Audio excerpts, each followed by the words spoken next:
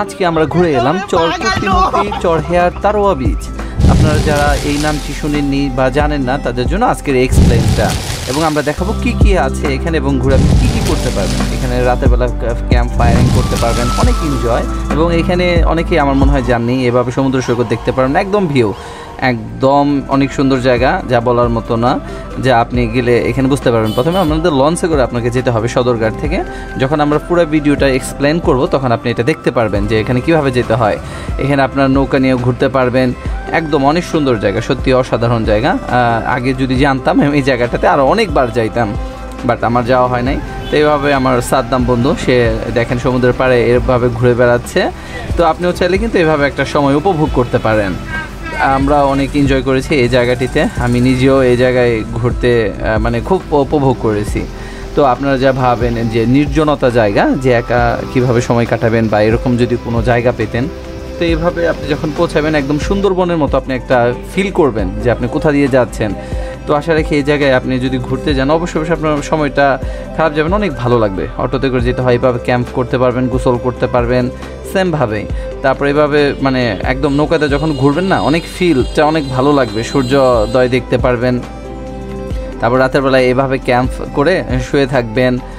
আর বেশিরভাগ যেতে হয় এইভাবে রাস্তা দিয়ে।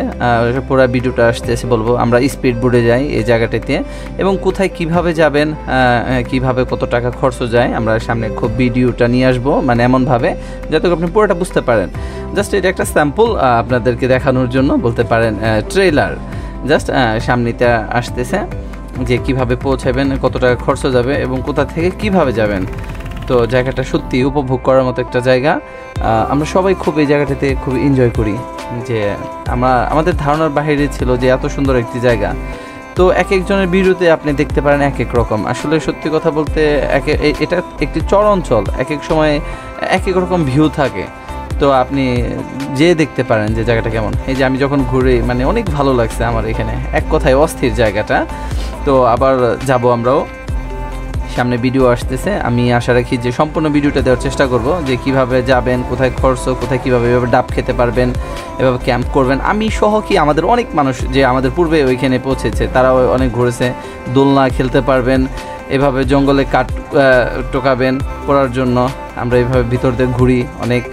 তো এইভাবে ট্রলার একটা রিজার্ভ নেওয়া যায়, রিজার্ভ নিয়ে আপনি ঘুরতে পারবেন যে কোথায় কীভাবে, মানে এক কথায় অস্থির একটা ভিউ পাবেন।